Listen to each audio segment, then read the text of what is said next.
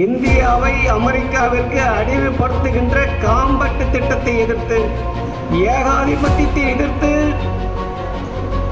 விடுதலை போரை தொடருவோம் என்று சொல்லுகிறோம். தமிழக அரசாங்கம் எந்த ஒரு போராட்டத்தையும் ஒடுக்கிக் கொண்டிருக்கிறது.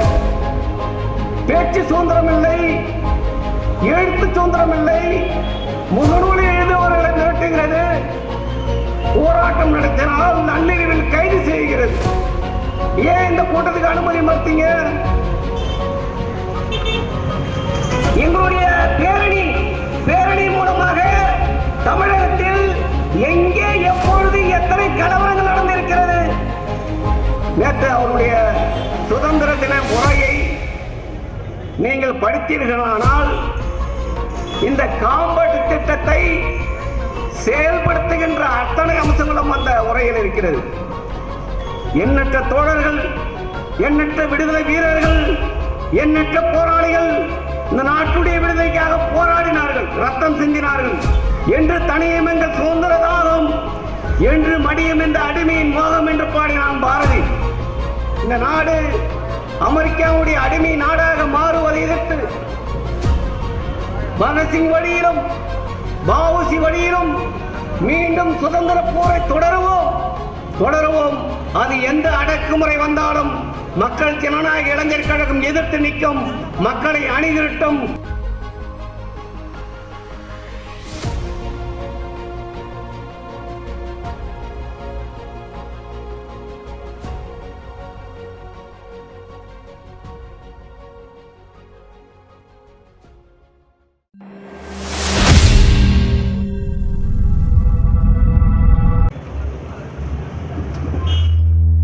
தருமபுரி திருப்பத்தூர் மாவட்ட அமைப்பாளர் தோழர் முருகன் அவர்களே, சேலம் மாவட்ட அமைப்பாளர் தோழர் சோமு அவர்களே, தஞ்சை மாவட்ட அமைப்பாளர் தோழர் ரணதீபன் அவர்களே, இந்த பொதுக்கூட்டத்திற்கு முன்பாக பேரணி நடத்துவதற்காக அதனுடைய தலைமையேற்று பேரணி நடத்த இருந்த தோழர் சசிகுமார், கடலூர் விழுப்புரம் மாவட்ட அமைப்பாளர் தோழர் சசிகுமார் அவர்களே,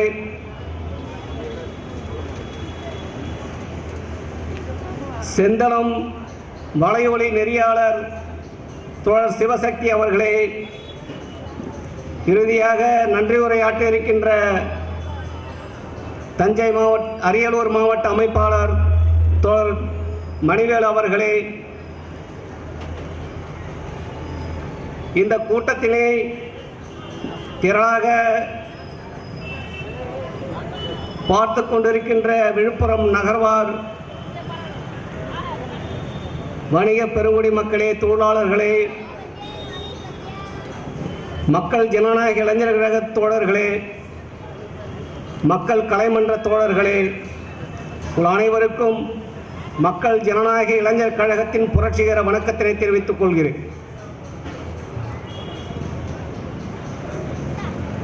அன்பார்ந்த தோழர்களே, இந்த கூட்டத்தில் நாம் வைத்திருக்கின்ற தலைப்பு என்பது இந்தியாவை அமெரிக்காவிற்கு அடிமைப்படுத்துகின்ற காம்பட்டு திட்டத்தை எதிர்த்து,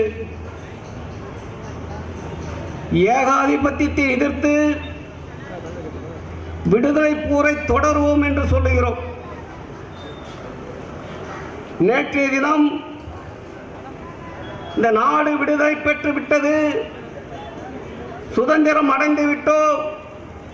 அந்த சுதந்திர தினத்தினுடைய 79வது ஆண்டு சுதந்திர தினத்தை நாடே கொண்டாடியது.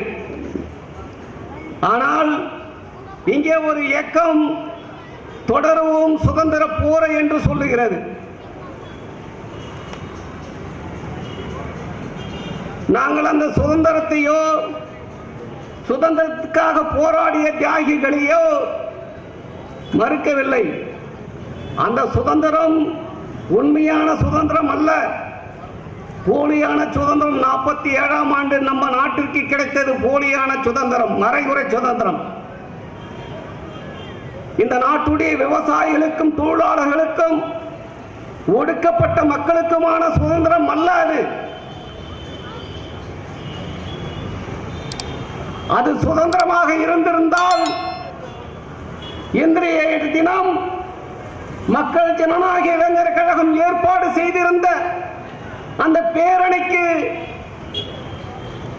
தமிழக அரசினுடைய காவல்துறை அனுமதி மறுத்திருக்காது.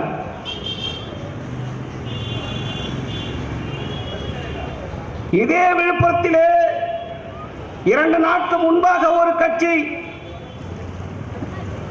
தேசிய நெடுஞ்சாலையை மறித்து பொதுக்கூட்டம் நடத்தியது.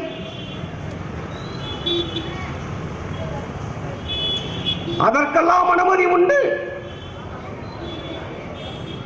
ஆனால் மக்கள் ஜனநாயக இளைஞர் கழகம் இந்த நாட்டுடைய விடுதலைக்காக, இந்த நாடு அமெரிக்காவுக்கு அடிமைப்படுத்துவதை எதிர்த்து மக்களை அணிதிரட்டுவதற்காக ஒரு பிரச்சார ஊர்வலத்தை நடத்துவதற்கு இந்த நாட்டிலே அனுமதி இல்லை. தமிழக அரசாங்கம் எந்த ஒரு போராட்டத்தையும் ஒடுக்கிக் கொண்டிருக்கிறது. பேச்சு சுதந்திரம் இல்லை, எழுத்து சுதந்திரம் இல்லை, முகநூலில் எழுதுபவர்களை மிரட்டுகிறது, போராட்டம் நடத்தினால் நள்ளிரவில் கைது செய்கிறது. நாங்கள் திமுக அரசு இந்த நாட்டை அடிமைப்படுத்துகிறது என்று சொல்லவில்லை. மோடி ஆட்சி அடிமைப்படுத்துகிறது, அதை எதிர்த்து போராட வேண்டும் என்று சொல்லுகிறோம். நீங்க மோடி எதிர்ப்பு பேசுறீங்க, ஏன் இந்த கூட்டத்துக்கு அனுமதி மறுத்தீங்க? எங்களுடைய பேரணி மூலமாக தமிழகத்தில் எங்கே எப்பொழுது எத்தனை கலவரங்கள் நடந்திருக்கிறது, சட்ட ஒழுங்கு ஏற்படும் என்று சொல்லுகிறார் மாவட்டத்தினுடைய டிஎஸ்பி. ஒரு மாதத்துக்கு முன்பாகவே அனுமதி கேட்டு சென்றிருந்தோம்.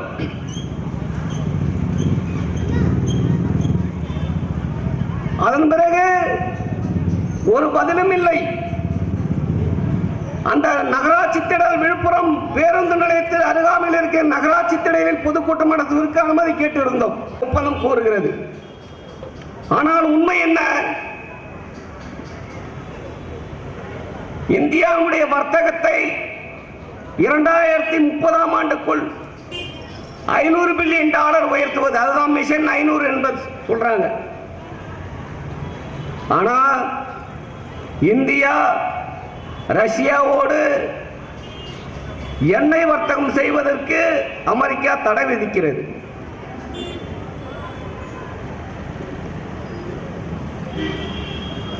வரி விதிக்கிறது. இந்திய பொருட்களுக்கு 25% வரி. ரஷ்யாவோடு எண்ணெய் வர்த்தகம் ஒப்பந்தம் போட்டதற்கு 25% வரி, 50% வரி போடுறான். நான் யாருகிட்டையும் என்ன வாங்குவேன், யாருகிட்டையும் வர்த்தகம் செய்வேன், அதுக்கு ஏன்டா நீ வரி போடுறன்னு கேட்க துப்பு இல்லை அந்த நாட்டில்.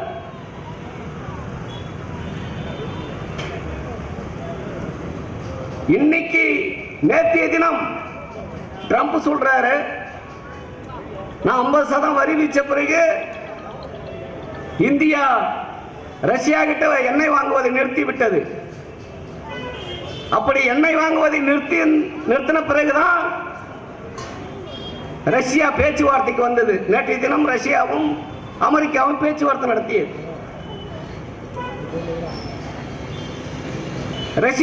ரஷ்யா கிட்ட எண்ணெய் வாங்குவது நம்ம வாங்குறோம்.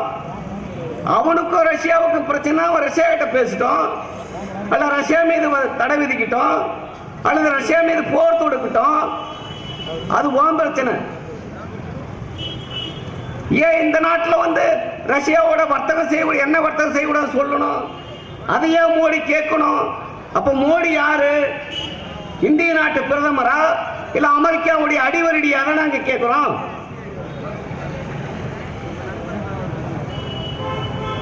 இங்க வந்தா வீராவசனம். நேற்று அவருடைய சுதந்திர தின உரையை நீங்கள் படித்தீர்களானால் இந்த காம்பட் திட்டத்தை செயல்படுத்துகின்ற அத்தனை அம்சங்களும் அந்த உரையில் இருக்கிறது. அணுசக்தி ஒப்பந்தம், அணுசக்தி அணு உலைகளை, சிறிய வகை அணு உலைகளை நிறுவுவதற்கு ஒப்பந்தம். இந்தியாவில் அணுசக்தி துறையை வளர்ப்பது, அதை ஊக்குவிக்க போறாரு. இன்னொரு குறிப்பான விஷயம், முக்கியமான விஷயம், இந்த ஆண்டு தீபாவளியை இரட்டை போனஸோட அவர் கொண்டாடுவதற்கு அறிவிச்சிருக்காராம். இந்த வாழை தீபாவளி அவ்வளோ தித்திக்குமா? என்னடா தித்திக்கும்? எப்படி தித்திக்கும்? அவர் சொல்ற காரணம் என்ன? ஜிஎஸ்டி வரியை குறைக்க போறாராம். ஜிஎஸ்டி வரியை இந்திய நாட்டு மக்களுடைய நலனிலிருந்து குறைக்க போறாரா? அதுதான் இல்ல. அமெரிக்காவோடு போடப்பட்டிருக்கின்ற வர்த்தக ஒப்பந்தம், அந்த வர்த்தக ஒப்பந்தத்தில் இந்தியாவில் வரியை, அமெரிக்காவுடைய பொருளை விற்பதற்கு வரியை குறைக்க வேண்டும் அல்லது 0% வரி விதிக்க வேண்டும். இதுதான் அமெரிக்காவுடைய நோக்கம், அமெரிக்காவுடைய திட்டம். அந்த திட்டத்திற்கு சேவை செய்வது போலதான் வர்த்தகத்தை இந்தியாவில் அமெரிக்கா வந்து பெருக்குவதற்காக அத்தியாவசிய பொருட்களுக்கு இவங்க பிரிக்க போறாங்க. ஏன்னா அமெரிக்காவுடைய ஃப்ரிட்ஜ், அமெரிக்காவுடைய வாஷிங் மிஷினு, அமெரிக்காவுடைய காரு, இதெல்லாம் கொண்டாந்து விற்கிறதுக்கு ஜிஎஸ்டி வரி குறைக்கிறார். இத்தனை ஆண்டு காலமா மக்கள் போராடணும். வணிகர்கள் போராடினார்கள், விவசாயிகள் போராடினார்கள், தொழிலாளர்கள் போராடினார்கள், உழைக்கும் மக்கள் போராடினார்கள். அவர்கள் மீது ஜிஎஸ்டி வரியை போட்டு இந்த நாட்டு மக்களை ஒட்ட சுரண்டிய மோடி இன்று அமெரிக்காவுடைய வர்த்தக ஒப்பந்தத்துக்கு ஏதுவாக ஜிஎஸ்டி வரியை குறைக்கப் போவதாக சொல்லுகிறார். அதை மக்கள்கிட்ட ஏமாத்துற தீபாவளி போனஸ் கொடுக்கிறார் அவர். இதுதான் மோடி. அவர் பேசுவது சுதேசியம். இந்திய நாட்டு பொருள், இந்திய நாட்டில் குறைந்த விலையில் தரமாக பொருளை உற்பத்தி செய்து குறைந்த விலையில் விற்கணும். எங்க உலகமெல்லாம் சுதேசி பொருளை பயன்படுத்தணும். எங்க அமெரிக்காவுடைய அணுசக்தி உலை வந்து சுதேசி பொருளா? அமெரிக்காவுடைய பொருளை இங்க வந்து விற்பதற்கு திறந்து விடுவது அது சுதேசிய பொருளா? அது ஏன் நீ தடை விதிக்கல? அதுக்கு ஏன் நீ வரி விதிக்கல? அவன் வரி விதிக்கிறான்ல. சுதேசி எப்படியா வரும்? நாட்டை அமெரிக்காவுக்கு அடிமைப்படுத்துவது சுதேசியமா? இந்த RSS கூட்டமும் பாஜக கூட்டமும் இந்திய விடுதலைக்கு போராடவில்லை. போராடி பெற்ற சுதந்திரத்தையும் இன்று அமெரிக்க ஏகாதிபத்திய காலடியில் வீழ்த்துகிறது. எண்ணற்ற தோழர்கள், எண்ணற்ற விடுதலை வீரர்கள், எண்ணற்ற போராளிகள் இந்த நாட்டுடைய விடுதலைக்காக போராடினார்கள், ரத்தம் சிந்தினார்கள். என்று தனியும் எங்கள் சுதந்திர தாகம், என்று மடியும் இந்த அடிமையின் மோகம் என்று பாடினான் பாரதி. ஆனால் இன்று அந்த பாரதியுடைய சொல்லு அதை முன்னெடுக்க வேண்டிய அவசியம் இருக்கிறது. ஆகவேதான் ஏகாதிபத்திய எதிர்ப்பு போரை முன்னெடுப்போம் என்று மக்கள் ஜனநாயக இளைஞர்களும் சொல்லுகிறது. கடந்த 1.5 மாத காலமாக தமிழகம் முழுவதும் பட்டி தொட்டிகள் எல்லாம் எமது தோழர்கள் பிரச்சாரம் செய்தார்கள். மக்களிடையே 2 கருத்து வந்தது. ஒன்று, இந்த மோடியை ஒழிக்க வேண்டும் என்று மக்களே சொல்லுகிறார்கள். மோடி ஆட்சி தூக்கி எறிய வேண்டும் அல்ல ஒழிக்க வேண்டும் என்று சொல்லுகிறார்கள். இன்னொன்று, மோடி ஆட்சி தூக்கி எறியும் சொல்றீங்க, தமிழ்நாட்டில் இவ்வளவு அக்கிரமம் நடக்குது, ஸ்டாலின் ஆட்சி மட்டும் என்னையா நீங்க எல்லாம் போய் கூட்டணியில் இருக்கிறீங்கன்னு சொல்லி சேப்பு சட்டையை பார்த்து சொல்றாங்க. அப்புறம் தோழர்கள் விளக்கம் கொடுத்த பிறகு அப்புறம் நிதி உதவி செய்யறாங்க, கூட்டத்துக்கு வரன்னு சொல்றாங்க. இப்படி மக்கள் மத்தியிலே மத்திய மாநில அரசுகளுக்கு எதிராக ஒரு மனநிலை உருவாகி கொண்டிருக்கிறது. மத்திய மாநில அரசுகள் ஏகாதிபத்தியத்தினுடைய அடிவரடியாக செயல்பட்டுக் கொண்டிருக்கிறது. அதே மோடி திட்டத்தினுடைய அனைத்து திட்டத்தையும் ஸ்டாலின் அரசாங்கம் செயல்படுத்திக் கொண்டிருக்கின்றது. புதிய கல்விக் கொள்கை, அமெரிக்காவுடைய செமிகண்டக்டர் ஆலைகள், அமெரிக்காவுடைய கார் தொழிற்சாலைகள் அனைத்தும் அமெரிக்காவுடைய மாபெரும் திட்டம். அதன் அடிப்படையிலான எல்லா திட்டத்தையும் இங்கே செயல்படுத்தப்படுகிறது.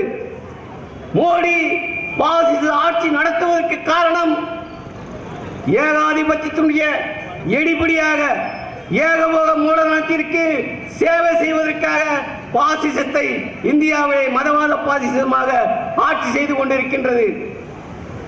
தமிழகத்திலே ஸ்டாலின் அரசாங்கம் அதே கொள்கையை இங்கே செயல்படுத்துகிறது. ஆகவேதான் அந்த பொருளாதார கொள்கையை சேவை செய்வதற்காக இங்கே சாதி வெறி பாசிசத்தை கட்டியமைக்கிறது. இருந்தாலும் சாதி மோதல்கள், சாதி படுகொலைகள், ஆணவ கொலைகள், சிறு சிறு இயக்கங்கள், அமைப்புகள் போராடுவதற்கு தடை. சென்னையிலே நடந்த போராட்டத்தை பார்த்திருப்பீர்கள். 13 நாட்களாக போராடுகிறார்கள். அவருடைய கோரிக்கை ஒன்றே ஒன்றுதான். பல கோரிக்கை உண்டு.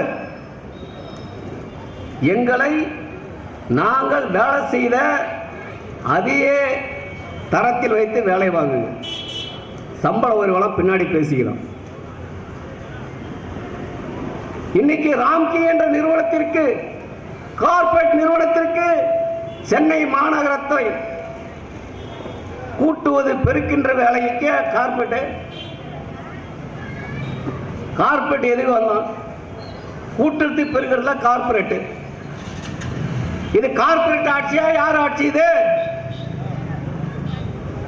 அந்த மக்கள் நீண்ட நெடிய காலமாக 20 ஆண்டுகளாக வேலை செய்கிறார்கள். அதன் மூலமாக 23,000 ரூபாய் அவங்களுக்கு சம்பள உயர்வு. இன்று ராம்கி கார்ப்பரேட் நிறுவனத்திடம் இந்த சென்னை மாநகராட்சியினுடைய 2 வட்டங்களை தனியாரிடம் ஒப்படைக்கிறார்கள். அவர்கள் ஊதியம் குறைந்துவிடும். 16,000 ரூபாய் சம்பளம். அப்புறம் பிடித்தம் போச்சுன்னா மீதி என்ன இருக்கும்? சென்னை நகரத்தில், மாநகரத்தில் 12,000 ரூபாய் 13,000 ரூபாய் வச்சுட்டு வாழ முடியுமா? பிள்ளைகளை படிக்க வைக்க முடியுமா? மளிகை பொருள் வாங்கி குடும்பம் நடத்த முடியுமா? மருத்துவ செலவு பார்க்க முடியுமா? விழுப்புரத்திலேயே நம்மளால் 5,000 ரூபாய் வச்சு வாழ முடியாது. சென்னை மாநகராட்சியில் இந்திய அரசியலமைப்பு சட்டம் என்ன சொல்லுது? இந்திய அரசின் சட்டம் 43வது பிரிவு, இந்த நாட்டுடைய குடிமக்கள் தங்களுடைய அடிப்படை தேவைகளை பூர்த்தி செய்கின்ற வகையிலே ஊதியம் பெற்று கண்ணியமான வாழ்வை வாழுகின்ற அடிப்படையில் ஊதியம் கொடுக்க வேண்டும் என்று சொல்லுகிறது. ஆனால் நீங்கள் அவன் போராடி பெற்ற ஊதியத்தையும் பறித்து அவனை கண்ணியமில்லாத வகையில் நடத்தி நள்ளிரவில் புகுந்து கைது செய்து பெண்கள் வழக்கறிஞர்கள் என்று பாராமல் முன்னிருந்து போராடிய தோழர்களை தனியாக அழைத்து சென்று காக்கி உடை இல்லாமலே ரவடிகளைப் போல அடித்து சிறைப்படுத்துகிறீர்கள். என்ன நியாயம் இது? இதான் சுதந்திரமா? இந்த சுதந்திர தினத்துக்கு முதல்ல அவனை காலி பண்ணணும். இதான் உங்க நோக்கம். குப்பை அள்ளுவதற்கு கான்ட்ராக்ட் நீங்க கார்பரேட்டுக்கு அனுமதிக்கிறீங்கன்னா அப்புறம் யார் ஆட்சி இது? தாழ்த்தப்பட்ட மக்கள், ஒடுக்கப்பட்ட மக்கள், இன்னும் சொல்ல போனா குலதொழில் போல அந்த தொழிலை செஞ்சுட்டு இருக்காங்க. குலதொழில் ஒழிக்கின்ற சட்டம் வந்து சொல்றீங்க. கூட்டுறவு பெருக்கிற வேலையை செய்யறவங்க யாரு நகராட்சியில? தாழ்த்தப்பட்ட மக்கள், ஒடுக்கப்பட்ட மக்கள். அவர்களை கண்ணியமாக நடத்துவதற்கு மாறாக, அவர்கள் கோரிக்கை என்னவென்று கேட்பதற்கு மாறாக அடித்து தும்சம் செய்கிறீங்க. இதையெல்லாம் வேடிக்கை பார்த்துக்கிட்டு இங்க உள்ள கூட்டணி கட்சிகள் கூட்டணி தர்மம் என்ற பெயரிலே ஜால்ரா போடுறாங்க. இவர்கள் பின்னாடி நாட்டு மக்கள் போயிட்டு இருக்காங்க. இந்த நாடு அமெரிக்காவுக்கு மோடி அடிமைப்படுத்துறாரு. இது எதிர்த்து போராடுங்கிறதுக்காக இந்த கூட்டம். ஆகவே இந்த நாடு அமெரிக்காவுடைய அடிமை நாடாக மாறுவதை எதிர்த்து பகத்சிங் வழியிலும் பாவுசி வழியிலும் மீண்டும் சுதந்திர போரை தொடருவோம். அது எந்த அடக்குமுறை வந்தாலும் மக்கள் ஜனநாயக இளைஞர் கழகம் எதிர்த்து நிற்கும். மக்களை அணிதிரட்டும், ஒரு புரட்சி பாதைக்கு அணிதிரட்டும். அதை நோக்கி இந்த மக்கள் ஜனநாயக இளைஞர் கழகம் தொடர்ந்து போராடும். எங்கள் செயல் வீரர்கள் எத்தனை அடக்குமுறை வந்தாலும் எதிர்த்து நிற்பார்கள், போராடுவார்கள் என்று கூறி இந்த நாட்டுடைய விடுதலை போய் தொடர்வோம் என்று கூறி என்னுடைய உரையை முடித்துக்